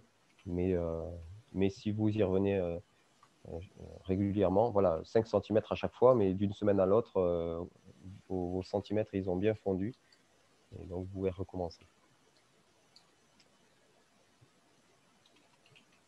Ensuite, on peut mettre en place des cultures qui sont faites qui sont spécialement choisies pour vous permettre d'avoir de la matière organique quand vous en manquez. Donc, il y a des choses que vous pouvez cultiver pour cet effet. Et souvent, la liste que je vais vous proposer, c'est que des choses qui ont double utilité. Donc, la première que je vous propose, là, c'est la rose trémière. La rose trémière, ben, vous voyez, ça fait des magnifiques fleurs et ça fait très rapidement une grande quantité de matière organique. Et donc, en fait, si vous êtes en manque de matière organique, ben, achetez des graines de rose trémière, vous les semez à quelques endroits, et puis soit quand elles ont fini leur floraison ou quand vous en avez besoin, eh bien, vous les coupez, vous les passez à la tondeuse et vous pouvez les utiliser pour votre zone de culture. Voilà, parce que c'est très productif. En plus, pour la petite histoire, les roses trémières, la fleur se mange, elle est comestible. Elle fait partie des plantes mucilagineuses, donc ça veut dire que c'est bon, très bon pour la gorge. Il faut enlever les feuilles. Donc on ramasse la fleur, on enlève les petites feuilles vertes qui sont accrochées. On enlève aussi le, le pistil au centre, et puis c'est très bon. J'imagine que Philippe a quelque chose à rajouter sur les roses, non? Non, comme c'était Non, comestible, je me suis dit que tu avais un truc à rajouter. Non. Ok, non, tu as tout dit. ok, parfait. Les artichauts, pareil. Les artichauts, vous mettez des artichauts, vous les cueillez quand ils sont prêts. Et puis là, justement, c'est le mois de novembre, c'est le moment de les rabattre au niveau du sol. Et ils vont repousser l'année prochaine, très certainement. Mais en attendant, ça vous fait une belle quantité de matière organique pour poser pour l'hiver sur votre zone de culture. Ensuite, vous pourriez semer de la bourrache. La bourrache, c'est génial. Ça a plein de qualités pour améliorer votre sol. Ça va chercher très profondément le phosphore, par exemple, plein de choses. Et ça vous fait des très jolies fleurs. Les fleurs, pareil, sont comestibles. Il va falloir en cueillir pour pouvoir vous alimenter. Mais pour agrémenter une, une salade, c'est très sympa, surtout avec des enfants ou avec des gens qui pourraient être émerveillés par ce genre de petites choses. Et puis, pareil, on en sème un peu partout, on laisse pousser ça au milieu des légumes. Et puis, si on a besoin d'une quantité de matière organique, hop, on fauche un pied et puis on a une belle quantité de matière organique. Les feuilles se font aussi, les jeunes feuilles en salade et sinon en soupe avec de la consoude, de la mauve des jardins, des orties. Toutes les mauvaises herbes, j'en profite aussi pour les mauvaises herbes. Tout ce qui est comestible, c'est pas de la mauvaise herbe, il n'y a pas vraiment de mauvaises herbes dans un jardin. Il y a ce qu'on sait utiliser et ce qu'on ne sait pas encore utiliser. Pour Et ceux qui juste, sont intéressés par Ouais, vas-y. du coup, la question, c'était aussi sur en graines ou en fleurs. Si vous coupez les plantes que vous voulez mettre en paillage, donc bourrache ou mauvaise herbe, et que vous le faites que vous le faites au moment où c'est en fleurs, avant les graines, il n'y a pas de risque que ça se propage. Si vous êtes débordé et que vous avez vos fameuses mauvaises herbes qui sont déjà en graines et que vous avez peur, à ce moment-là, essayez de les composter pour essayer d'avoir un peu moins de graines. Qui peuvent germer, si c'est le problème. Mais comme dit Philippe, après, il faut apprendre à connaître ces plantes et ne plus les considérer comme mauvaises herbes. Et, euh, et pour tout ce qui est comestible, nous avions, donc la saison dernière, fait une soirée spéciale sur les plantes comestibles. Si vous êtes intéressé, elle est disponible sur la chaîne YouTube. Et puis, de toute façon, au cours de cette saison, il y aura une soirée à ce sujet. Ensuite, eh bien, la consoude, la cousine de la bourrache. Et la consoude, c'est vraiment la plante préférée de beaucoup de permaculteurs parce qu'elle a énormément de qualités. Euh, Certains disent qu'il faudrait que chaque fruitier ait sa consoude au pied parce que, pareil, la consoude, elle a des racines qui vont très profondément dans le sol et elle est capable de remonter des minéraux et d'aller chercher des minéraux très intéressants. Elle a une particularité, c'est qu'elle est tellement résistante qu'on peut la couper 5 à 6 fois par an pour faire un apport en matière organique. Et puis, je vais laisser Philippe nous parler de cuisine et aussi nous préciser, moi j'ai oublié, il y a 2 familles de consoude et je les mélange à chaque fois. Voilà. Il y a la Booking 14 et l'autre, et je ne sais plus laquelle des deux il faut que nous prenions. Alors la consoude officinale, qui est la consoude naturelle qui a tendance à se ressemer de partout, d'être limite envahissante, celle que j'ai et que j'aime, et la Booking 14 qui est la consoude de Russie, qui est en fait une hybride, donc qui a les fleurs stériles et qui se multiplie par bouturage, et séparation du bulbe. La consoude, en bref, c'est un excellent aliment, sauf qu'il ne faut pas en abuser comme beaucoup de végétaux. Alors, il vaut mieux prendre en fait les grandes feuilles que les plus jeunes, parce que les plus jeunes sont plus riches. Alors, je crois que c'est les alcaloïdes, mais pas sûr, parce que ça fait longtemps que je m'en suis pas, j'ai pas mis le nez dedans. Mais sinon, voilà, plutôt les grandes feuilles. C'est très mucilagineux, donc pour épaissir un peu les soupes, c'est super. Et puis, il y a un régal à faire, c'est les sardines emmaillotées dans des feuilles de consoude au barbecue. C'est un régal. Sinon, c'est aussi en médicinal. C'est d'où son nom en fait, qui consoude, qui consolide. Donc pour tout ce qui est fracture, tout ce qui est articulation, tout ce qui est contusion aussi, ça marche bien. Donc vous froissez, vous faites même une purée et vous mettez en cataplasme. On peut aussi faire un purin de consoude. Et ça Bien aussi, entendu. c'est pas mal. Et apparemment, c'est pas mal la pour consoude quelle aussi. Si utilité vous avez des poules, apparemment, elles raffolent de la consoude et elles font plus d'œufs. Mais bon, ça, j'ai pas vérifié moi-même. Pas les canards, par Tu contre. disais le purin pour quel but? Là, je sais pas, je peux te le dire dans 2 minutes si tu veux. En fait, Ça c'est marche, parfait. le purin de consoude par rapport au purin d'ortie, il est à privilégier pour la fructification. Très bien.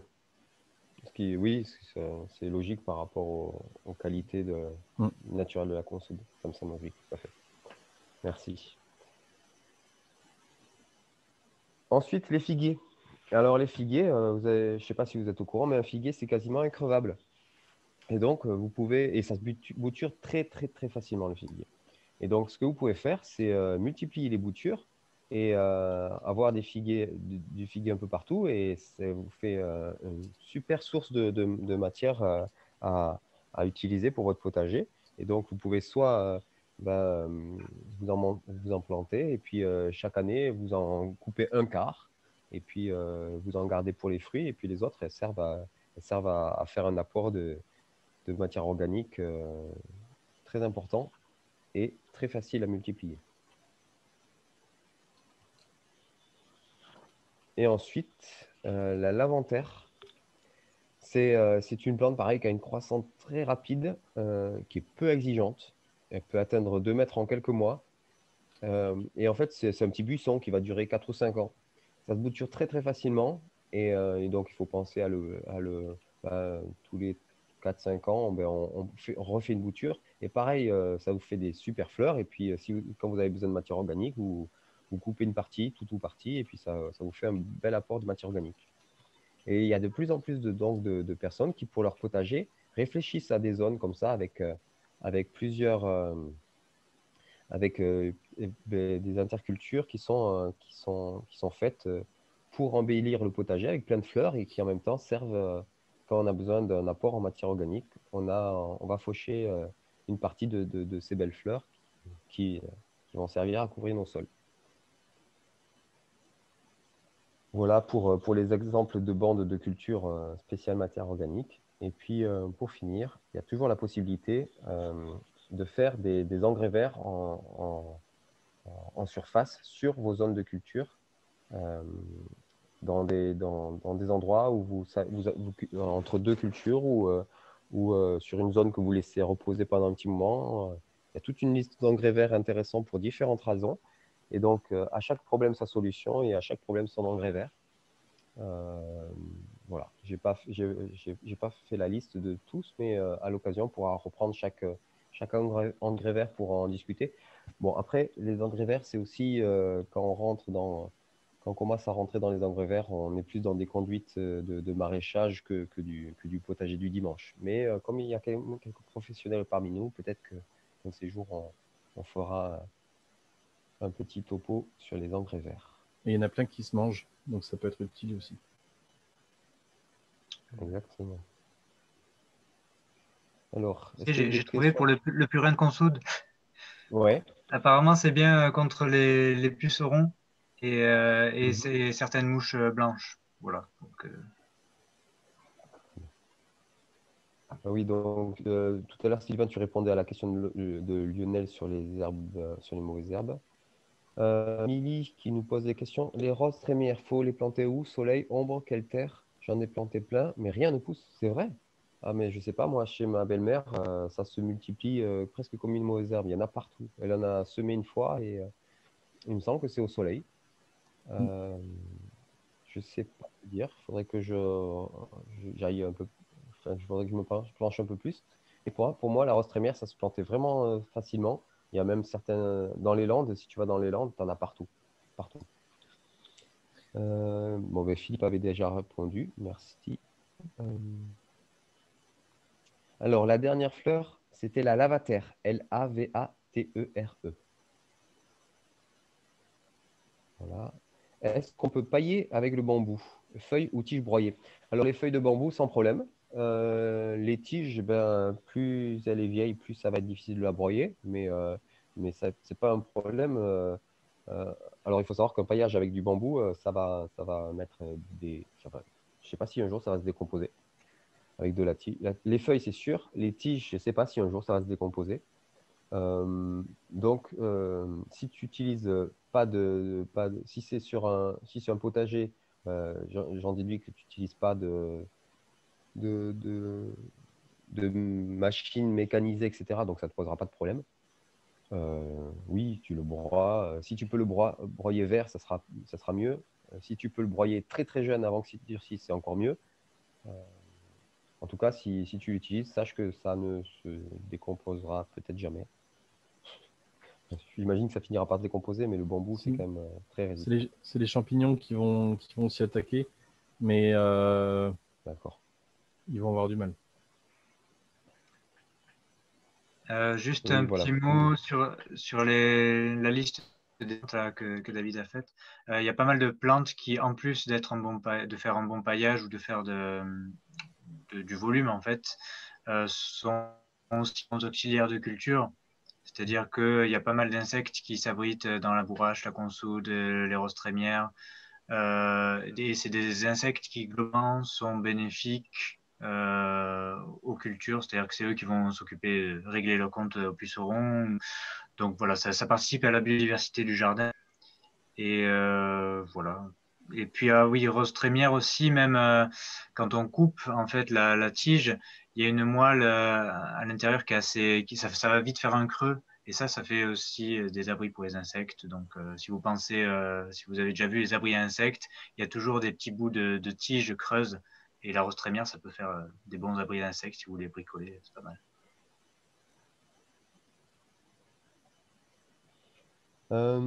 Très bien. Donc, vu qu'on a pas mal discuté sur cette première partie, on avait prévu une deuxième partie sur les familles de légumes. Je pense qu'on va le remettre à une autre fois parce on a l'heure qui tourne. On a encore quelque chose enfin, on a deux logiciels à vous présenter. Donc, c'est pas grave. Les familles de légumes, on le remet pour une prochaine fois. On aura largement l'occasion d'en reparler.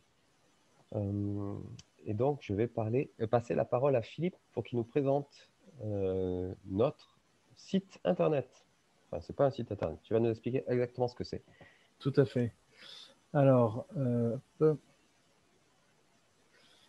voilà. Alors, je vous présente, si tout le monde voit. C'est bon pour tout le monde, vous voyez? Oui, on le voit. Ok, super. Alors, je vous présente, en fait, c'est une plateforme, c'est pas vraiment un site internet, c'est une plateforme qui est interne. Ça veut dire qu'elle n'est pas visible de l'extérieur, sauf si vous en connaissez l'adresse. Il y a aussi une application, donc ça s'appelle Weller, W-H-A-2-L-E-R. Et dedans, donc, il y a plusieurs sphères. On a fait donc une sphère, en fait, donc c'est comme des groupes de paroles, on va dire, plusieurs sujets. Donc là, il y a une sphère sur les annonces, informations, partage. Donc, si vous voulez vous présenter votre jardin, etc., vous allez pouvoir le faire ici. Une sphère sur la technique où, ben, par exemple, là, j'ai partagé une photo pour vous donner un exemple du K-Wall. Voilà, donc si vous pouvez en fait poser des questions, y répondre si vous avez les réponses, etc. Et puis, pareil sur la santé, donc la santé de la terre, la santé des plantes et puis notre propre santé aussi. Sur les semences, qu'on verra un peu plus tard dans la saison. Et puis l'administratif et juridique, c'est plutôt pour ceux qui... Alors, c'est des sphères qui seront un peu moins utilisées, mais c'est pour ceux qui veulent se lancer dans le maraîchage, etc. Et puis, après, les deux autres sphères, c'est des sphères qui concernent Sylvain, David et moi-même. Voilà, donc c'est quelque chose qui est là pour vous, pour partager, pour échanger, pour créer du lien entre les différents élèves et toutes les différentes personnes qui composent cette école. Parce qu'on a effectivement des choses à vous apprendre, mais vous avez aussi des choses à nous apprendre, on en est sûr. Partager de l'expérience, et c'est ensemble qu'on peut faire tout ça. Donc ça, c'est la première chose. Et D'accord. puis, Philippe, vas-y. Vas-y. oui. Du coup, concrètement, donc T'as raison. on rappellera toutes les informations par mail.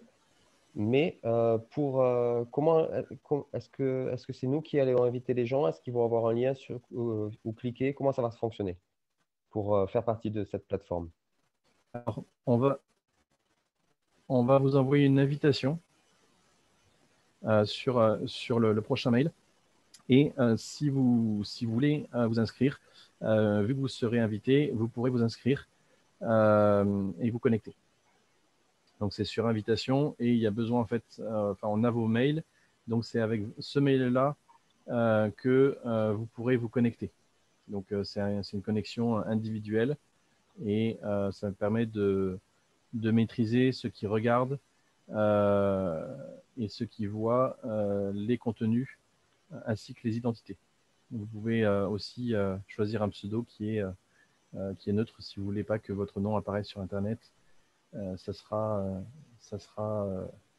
interne à ce site et pas divulgué. C'est un site qui est privé, ça ne traîne pas sur Google, ça ne traîne pas sur Microsoft, c'est une plateforme privée. Très bien. Et donc, ça sera réservé pour ceux qui sont inscrits à l'école. D'autres questions? Exactement. Ça, c'est le premier point. Je ne vois plus les questions du coup. Et si... Moi, je vois qu'il n'y a pas de questions à ce sujet. Ok. Alors, la deuxième, en fait, c'était le sujet qu'on voulait aborder en deuxième partie. Moi, j'utilise pour être un bon leader pour mon jardin, c'est-à-dire de mettre les plantes compagnes et les plantes amies les unes à côté des autres. J'utilise cette application sur mon téléphone, qui est une application gratuite, qui est très très bien faite. Vous choisissez, vous sélectionnez un nom et vous avez toutes les plantes qu'elle va aider, toutes les plantes qui vont l'aider et toutes les plantes à éviter. Et puis après, si vous recliquez sur, par exemple, sur raisin, vous allez tomber sur la fiche du raisin qui va vous aider à savoir qu'est-ce que le raisin va aider, qu'est-ce qui va aider le raisin et qu'est-ce qu'il faut éviter de mettre à côté. Donc ça permet d'être dans son jardin et puis sans avoir beaucoup de préparation, de pouvoir repérer ce qui marche, ce qui ne marche pas. Et puis même quand vous vous posez une question, par exemple, vous avez planté un pied de tomate à côté du romarin, et bien pourquoi ça pousse ou pourquoi ça ne pousse pas. Voilà, donc ça c'est quelque chose que vous pouvez utiliser dès à présent et puis qu'on utilisera un peu plus intensivement lorsqu'on parlera de la préparation, le plan du potager.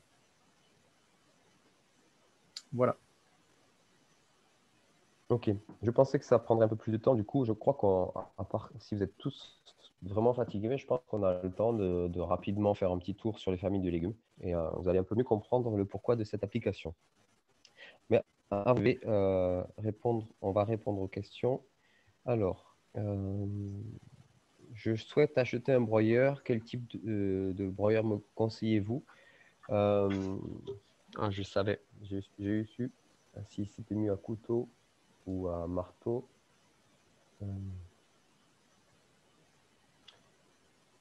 Il me semble que ceux qui écrasent sont mieux que ceux qui sont à couteau.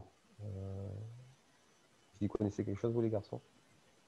Ce qu'on fera, c'est sur Weller, on vous fera un topo sur les broyeurs. Il ne faut pas prendre n'importe quel broyeur, mais ça fonctionne. Est-ce que cette application fonctionne sur... Oui, Sylvain. Juste sur les broyeurs, je me souviens plus aussi l'histoire couteau-marteau, mais souvent, ceux qui achètent des broyeurs sont déçus ils achètent souvent trop petits. Et ils se disent, ah, si j'avais acheté le modèle au-dessus, alors je vous encourage pas à acheter celui à 5000 euros, mais voilà, il y a vraiment des broyeurs de bricolage qui servent à rien. Enfin, voilà, vaut mieux économiser un peu et acheter un bon broyeur que d'avoir quelque chose qui fait juste, qui broie juste du gazon, quoi. Vous l'utiliserez mieux si vous avez un broyeur moyen. Et après, il y a toujours la possibilité d'acheter un bon broyeur, mais de s'y mettre à plusieurs. Nous, on a un broyeur, il y a beaucoup de monde qui l'utilise, hein. Il passe entre de nombreuses mains. Et en même temps, un broyeur, j'en ai pas besoin de tous les jours, j'en ai pas besoin de toutes les semaines. Si on s'organise bien, tout le monde peut en profiter. Et ça permet de partager ça avec avec des voisins, avec des gens qui habitent un peu plus loin. Ça crée du lien, c'est jamais un problème. Et puis, ça permet à plusieurs que ça coûte moins et on peut avoir un meilleur broyeur. Et c'est valable pour d'autres outils dont vous pourriez avoir besoin. Même si en permaculture, on a besoin de très peu d'outils. Ok. Donc, Philippe dit que pour le broyeur, il a mis une vidéo et des photos du sien sur la page Facebook du groupe La Buissonnière. D'accord. Est-ce que ton application, Philippe, bon, j'ai déjà la réponse, mais est-ce que ça marche sur Apple? Donne la réponse parce que j'ai pas Apple. La Je suis en réponse train est de simple, c'est que comme c'est un site internet, ça fonctionne sur toutes les plateformes. Voilà. L'application peut-être pas, mais en tout cas, la plateforme sur internet fonctionne sur toutes les plateformes. Que vous ayez Apple, que vous soyez sur Ah. Windows ou sur Linux, ça fonctionnera. Il y a Doris qui nous demande de remettre le lien du groupe Facebook. Oui, il est. Alors, où est-ce qu'on le trouve celui-là?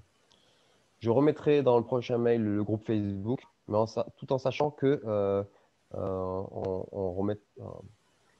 Facebook, c'est bien, mais tout le monde n'y est pas. Et l'avantage de Weller, c'est que ça classe un petit peu les sujets de discussion. Donc, ça sera peut-être plus pertinent de se tourner vers Weller à terme. Mais on peut continuer à garder les deux plateformes pour le moment pour les préférences de chacun. Mais je penserai à le mettre dans le prochain mail.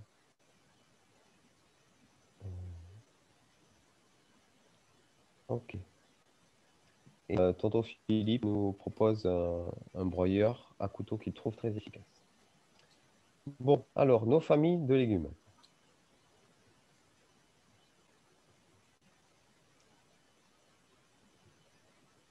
Première famille de légumes. Alors, ce qu'il faut savoir alors, on reverra un peu plus tard. Il me semble que c'est Philippe qui fera ce cours sur comment on organise son potager, etc. Mais ce que vous pourriez faire déjà, et ce qu'on va vous inviter à faire, c'est de faire une liste de légumes que vous souhaiteriez avoir pour la saison prochaine. Alors, si vous êtes débutant, on va vous conseiller de ne pas partir sur une trop grande quantité de légumes. Et puis, on augmente un petit peu chaque année en fonction des réussites et parfois des échecs. Mais je vous déconseille de partir sur une quinzaine ou une vingtaine de légumes la première année parce que vous allez au-devant de grosses difficultés. Il vaut mieux avancer tranquillement et augmenter sa quantité et sa diversité de légumes petit à petit. Chaque fois qu'on en maîtrise donc, on a maîtrisé les précédentes, sauf pour les gros aventuriers comme Philippe qui essaie tout et en même temps. Mais ça le regarde. Alors, donc, voilà. Et donc, ce que vous faites, c'est vous faites une liste de tous les légumes que vous souhaiteriez avoir. Et puis, à côté, vous cherchez de quelle famille ils font partie. Parce que une des règles de base en culture, c'est de ne pas mettre côte à côte des plantes de la même famille parce que les plantes de la même famille vont avoir à peu près les mêmes besoins au même moment et vont être soumis à peu près aux mêmes maladies et aux mêmes parasites. Donc, c'est partir sur de mauvaises bases, que de mettre des plantes de la même famille côte à côte. Et des fois, il y a des plantes, on ne sait pas qu'elles sont de la même famille. Par exemple, est-ce que vous saviez que la tomate et la pomme de terre, c'est la même famille? On ne dirait pas à première vue. Si on se réfère à ce que l'on mange, L'un, on mange une partie de sa racine et l'autre, on mange son fruit. Et pourtant, si vous regardez, la prochaine fois, vous regarderez les fleurs des pommes de terre et les fleurs des tomates, et vous verrez que c'est à peu près la même fleur, parce que c'est la même famille. Voilà. Donc, je reviens. Première famille, les Aliacées. Et donc, dans cette famille, on va retrouver tout ce qui est poireau, l'ail, l'oignon, la ciboulette et l'échalote. Et effectivement, cette famille, elle est à peu près homogène. On sent bien que c'est la même famille. La deuxième famille, c'est tout ce qui est apiacé. Et donc là, pareil, par exemple, on a les carottes, le céleri rave et le persil, qui en apparence ne se ressemblent pas tant que ça. Et pourtant, c'est exactement la même famille. Donc, si on les met côte à côte, ça peut les défavoriser. Ensuite, une autre famille, on a par exemple les astéracées. Donc ça, c'est tout ce qui va être laitue, chicorée, les frisées, les scaroles et l'estragon. Toutes ces familles, vous les retrouvez très facilement sur votre moteur de recherche préféré. Et donc ensuite, vous pouvez vraiment en apprendre un peu plus sur vos légumes. Les brassicacées, bon, ben, les choux brocolis, les choux-fleurs, les choux baumés, les choux raves, les navets, les radis noirs et la roquette. Tout ça, c'est la même famille. On aurait pu croire que les radis, c'était la même famille que les carottes. Eh bien, pas du tout. Ensuite, une autre famille, les Chenopodiacées. Donc, c'est les betteraves, les épinards, les poirées. Vous n'êtes pas obligé de tout retenir là, pas obligé de tout noter. C'est juste pour vous montrer un petit peu qu'il y a pas mal de familles et des légumes qui n'ont pas l'air d'être de la même famille, qui le sont en fait. Bon, ben, les courges, les curcubitacées, les concombres, les cornichons, les courgettes, les melons. Je passe, les solanacées. Donc ça, c'est la grande famille des aubergines, des piments, les poivrons, les tomates, les pommes de terre. Alors, une famille où on a un légume, c'est la mâche. La mâche, on pourrait croire que c'est la même famille que tout ce qui est laitue, etc. Ben non, vous pouvez semer de la mâche autour de vos laitues, ça ne pose aucun problème parce que ce n'est pas la même famille. Et les fabacées. Et donc, dans les fabacées, on a tout ce qui est fèves, haricots, lentilles et pois. Alors, comme vous avez pu le voir avec l'application ou là, avec ce que je vous ai montré, connaître la famille est pertinent pour pouvoir apprendre à gérer ces zones de culture. Et, donc, il n'y a pas beaucoup de règles. Il y a à peu près 4 règles qu'on peut avoir à respecter pour mettre en place sa zone de potager. C'est qu'il faut respecter les distances de plantation entre deux plants de la même famille. C'est-à-dire, par exemple, si vous prenez des tomates, quand vous retournez votre sachet de graines, vous voyez qu'il y a un conseil de plantation, il me semble que c'est tous les 80 cm. Eh bien, respectez cette distance de plantation entre deux plants de tomates, mais aussi entre un plant de tomate et un plant d'aubergine, ou un plant de tomates et un plant de poivron. En fait, souvent, j'ai remarqué que les jardiniers ils se disent, ouais, mais un pied de tomate tous les 80 cm, ça fait beaucoup d'espace vide. Eh bien, justement, on va le remplir, cet espace. Mais on va le remplir avec d'autres plantes, avec d'autres légumes, d'autres familles. Des familles qui ne vont pas pousser à peu près au même moment, qui n'auront pas les mêmes besoins de nutriments, qui ont des feuilles et des racines qui ne sont pas aux mêmes endroits, mais qui vont pouvoir pousser les unes à côté des autres. L'objectif d'une zone de potager, c'est qu'il n'y ait pas un seul rayon du soleil qui touche le sol. Et donc, pour qu'il n'y ait pas un seul rayon de soleil qui touche le sol, il va falloir qu'il y ait pas mal de légumes et pas mal de plantes différentes. Et si vous avez une zone bien fournie, avec plein de légumes différents, eh bien, vous allez avoir une zone qui va être plus productive que si vous aviez juste vos pieds de tomates. Alors, ça a l'air contre-intuitif parce qu'on se dit, mais s'ils sont plus nombreux, ils vont manger plus. Oui, mais s'ils sont plus nombreux, ils vont se tenir au frais. Parce que comme le soleil ne va pas aller sur le sol, il ne va pas réchauffer, on va garder pendant l'été un sol bien ombragé. De la nourriture dans le sol, il n'en manque pas, surtout qu'on fait des apports en paillage tous les ans. Donc, on nourrit bien notre sol. Donc, il n'y a pas de problème de nourriture. L'alimentation ne manque pas dans notre sol de potager. Et puis, les uns vont protéger les autres en fonction de ce qu'ils vont émettre. Et ils vont créer des barrières naturelles. Enfin, bref, je passe rapidement. Il y a plein de raisons pour lesquelles mélanger tous nos légumes va être productif. Mais pour ça, il faut connaître les familles. Et quand on connaît les familles, on ne va pas mélanger les plantes des mêmes familles. Donc ça, c'était tout ça pour la première règle. La deuxième règle, c'est d'éviter la famille des solanacées, donc la famille des tomates, et la famille des curcubitacées, tout ce qui est concombre et courge.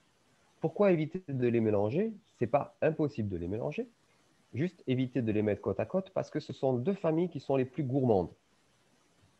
Donc, on va souvent, ce que je peux conseiller, c'est de faire certaines zones potagères spécialisées avec tout ce qui est les solanacées, justement, tout ce qui est tomates, aubergines, etc.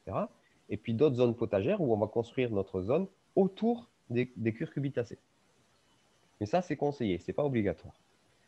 Ensuite, il faut vraiment, par contre, éviter de mélanger la famille des Aliacées et les Brassicacées. Donc, éviter de mélanger tout ce qui est ail, oignon et poireaux avec tout ce qui est chou et radis.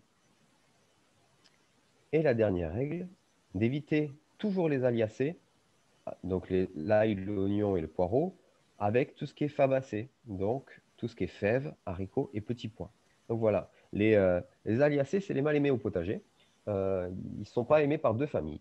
Il faut juste le savoir, et si on ne les mélange pas, tout va bien. Et pour ceux qui se disent c'est trop compliqué toutes ces règles, eh bien, il y a l'application que vous a présentée Philippe tout à l'heure. Et encore, il n'y a que 4 règles. Alors, si je peux rajouter quelques éléments.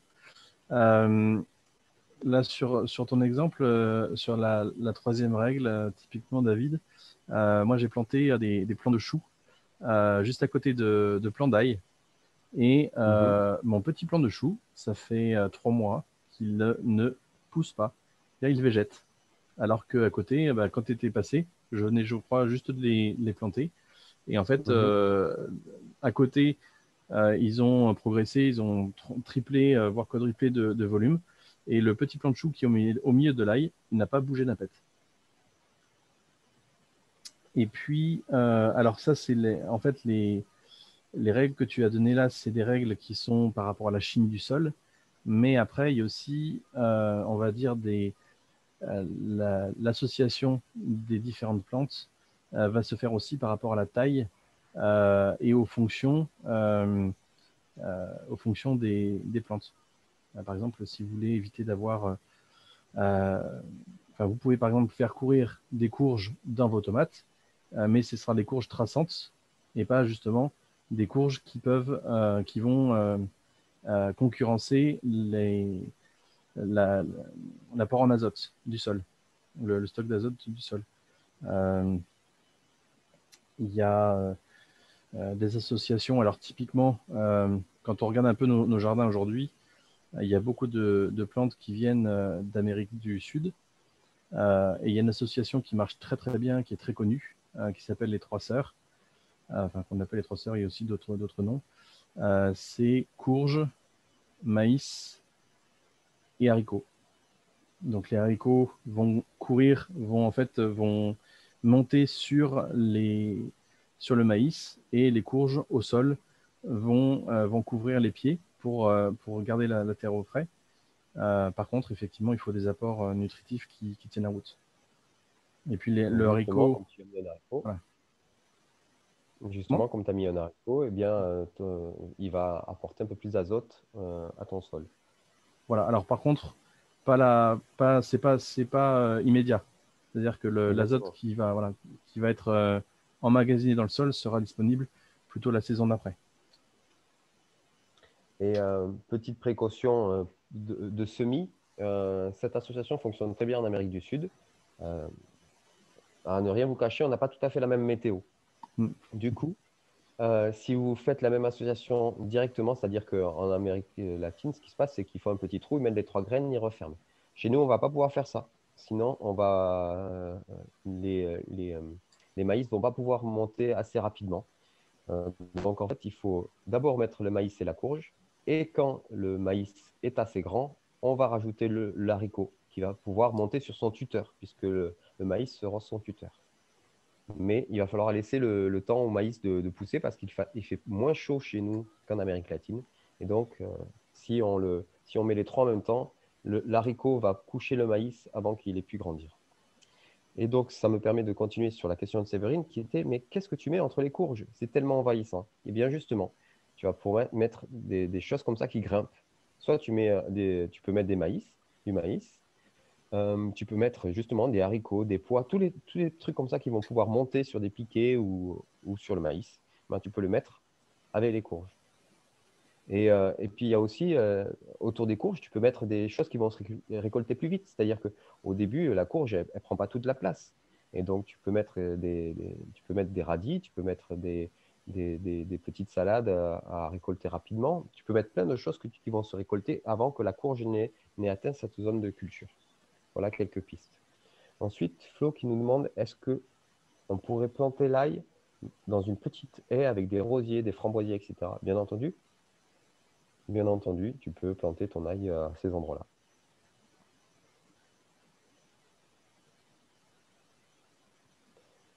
Et le maïs, tu le sèmes quand? Ben, le maïs, tu vas le semer en même temps que la courge. Voilà.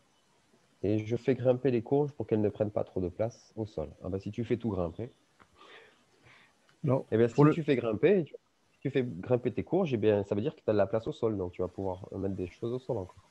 Non? L'un de vous deux voulez réagir, j'entends. Oui, pour le maïs, moi en fait, je fais tremper mes graines de maïs et je les fais germer avant pour gagner un petit peu de temps, pour gagner une bonne semaine. Et en même temps, j'ai des problèmes avec les oiseaux qui raffolent du maïs fraîchement planté, qui me les déterrent. Du coup, en les faisant germer, donc j'attends en fait que le germe ait au moins 2-3 cm. Je les plante à la main. Alors, c'est pas une technique très, très poussée. Je pense que si il y a des céréaliers ou des cultivateurs, ils vont rigoler. Mais vraiment, j'ai gagné en temps pour mon maïs. Et puis en même temps, la saison dernière, j'ai forcé du maïs sous serre pour justement pour qu'ils prennent le pas sur les fèves que j'avais mis à côté.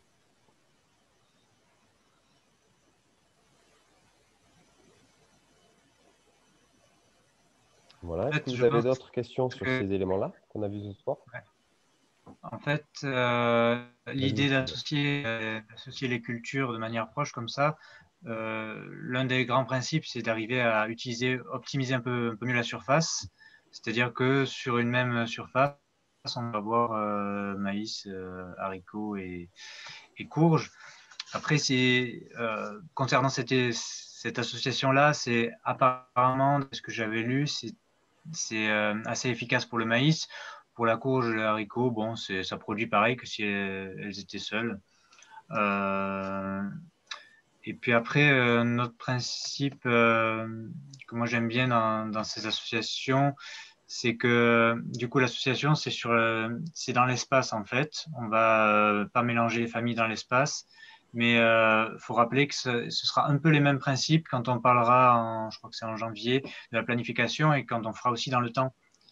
Et du coup, on va pas faire au même endroit des patates après des tomates parce que c'est la même famille ou des cucurbitacées après des tomates. Donc, on aura à peu près le même genre de discussion quand on parlera planification du jardin, je pense.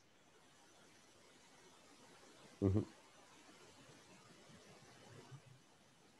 Et puis, autre chose, tant que j'y suis, Euh, donc, comme David ou Philippe le disait, donc l'intérêt, c'est au niveau du sol, au niveau un peu chimique, c'est-à-dire que par exemple le haricot améliore le sol en azote, il n'y a pas de concurrence sur certains nutriments, mais il y a aussi des intérêts au niveau des insectes, au niveau des associations avec des bactéries, avec les autres êtres vivants, qui font que si on a toujours la même famille au même endroit, on aura toujours on va manquer des bons insectes et on va avoir toujours les mauvais, on va manquer des bons champignons et on va avoir toujours le mildiou, les champignons qui vont nous faire des ravages sur les patates et les tomates, quoi.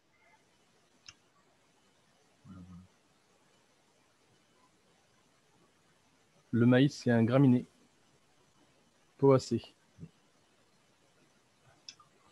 C'était pour répondre à la question de Anke, j'imagine. Ouais. Et ensuite, Flo qui nous dit, moi j'ai des carrés potagers que j'ai installés sur le sol. Et donc ma question c'est, il est en quoi ton sol? Parce que la question c'est quelle hauteur de terre à votre avis faut-il à l'intérieur de mon carré? Car l'an dernier, j'avais 30 cm et j'ai l'impression que c'est un peu juste. Mais c'est un sol en béton, c'est un sol ou c'est de la terre?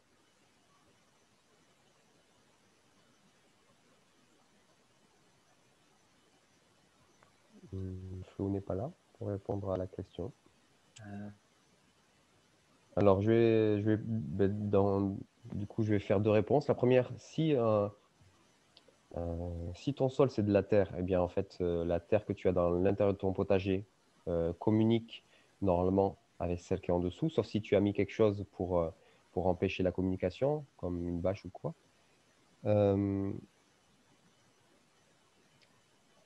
Et si jamais ton sol est en béton, ben oui, effectivement, plus tu vas pouvoir avoir une profondeur de terre, plus ça va être intéressant. Donc, en fait, si tu cultives sur 30 cm, parce qu'en dessous, c'est du béton, c'est comme si tu cultivais dans des jardinières. Donc, effectivement, ta quantité de terre va être limitante pour la croissance de tes plantes. Ensuite, si ton sol, mais si ton sol, c'est la terre directe, ça c'est la terre de la nature, les deux sont en contact l'un avec l'autre, donc il faudrait que je sache exactement, en fait, il faudrait que tu m'envoies une photo par mail dans la semaine pour me montrer ton espace de culture. Alors, en fait, oui, déjà, il y a un super livre sur le potager en carré, je pense, enfin, qui fait qui est une référence quand même. Il y a plein d'infos dedans. Et puis pour revenir sur les histoires de profondeur, c'est sûr que si vraiment c'est une histoire de jardinière, si c'est pas un sol qui communique, ça va être assez limitant pour beaucoup de plantes. Parce qu'on s'en rend pas compte, mais par exemple la carotte, elle a des petites racines, des radicelles qui descendent à plus de 2 mètres de profondeur, et c'est valable pour pas mal de légumes qui descendent facilement à plus d'1 mètre sans qu'on s'en rende compte. C'est vraiment des racines microscopiques, enfin minuscules en tout cas. Donc voilà, c'est important que ça communique si c'est possible, quoi. Si c'est pas sur un balcon.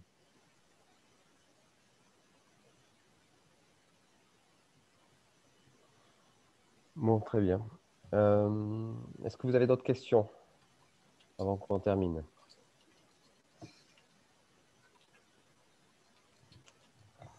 Bien, du coup, je vous propose qu'on en arrête là. Milly nous a partagé qu'elle a commencé son potager en 3D en mélangeant les hauteurs des plantes sur nos conseils et que ça a super bien marché. Son objectif pour 2021, c'est de l'agrandir. Et bien, c'est très bien. Continue comme ça, Milly.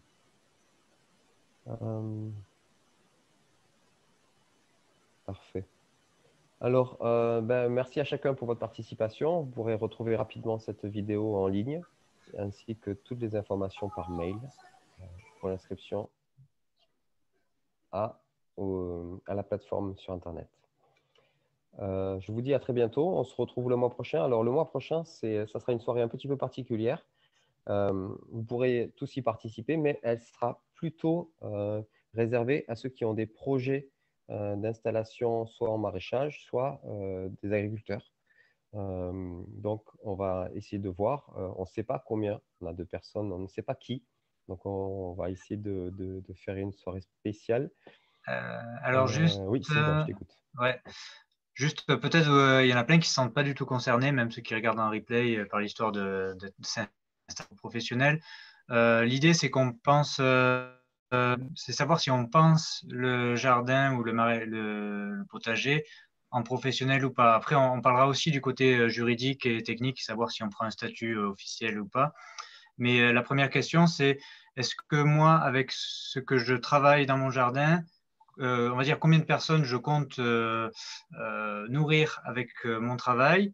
Est-ce que c'est vivrier juste pour moi et ma famille? Est-ce que j'ai un peu plus d'ambition et j'envisage d'accueillir chez moi et je veux nourrir un peu plus? Donc à ce moment-là, ça veut dire que je suis seul à travailler dans mon jardin et j'envisage de nourrir un peu plus. Donc je pense que dans ce cas-là, il faut penser professionnel, même si il n'y aura pas forcément un statut juridique ou pas, ce sera quand même vivrier. Enfin, on discutera un peu de ça, mais voilà. Peut-être il y en a qui ne se sentent pas concernés et qui en fait le sont. Réfléchissez bien à ça. Et pour ceux qui se sentent concernés, essayez peut-être d'écrire juste pour vous, et puis si vous voulez me l'envoyer, c'est possible, un peu qu'est-ce qu'il y a derrière votre idée de faire du maraîchage, d'être ouvrier, de nourrir d'autres personnes. Ça éclaircira les choses pour vous et puis pour alimenter un peu les discussions. Voilà, c'était juste ce que je voulais partager. Et donc, si vous connaissez des gens qui ont à cœur ce genre de projet, qui veulent mettre en place qui rêvent d'avoir un lieu où ils accueillent du monde, qui rêvent de faire, de nourrir la planète, etc., ou qui ont moins d'ambition que ça. Et si vous connaissez des personnes qui pourraient être intéressées par cette soirée avec Sylvain, eh bien, parlez-leur-en et dites-leur de nous envoyer un mail. Vous pouvez leur dire, Sylvain, il a accompagné des agriculteurs et des maraîchers à l'installation. Donc là, il le fait bénévolement pour nous parce qu'il a ça à cœur, mais ça a fait partie de ses précédentes activités professionnelles. Donc ça peut être très pertinent pour eux. Donc n'hésitez pas à leur parler de cette soirée. Si vous connaissez des chrétiens qui ont ça à cœur, eh bien, on est très content de pouvoir discuter avec eux et de commencer à fédérer ce genre de personnes dans cette association. Voilà. Un mot pour finir, Philippe, Sylvain? Je pense que tout est dit. Voilà, c'est Eh bien. bien, bonne soirée à chacun et à très bientôt.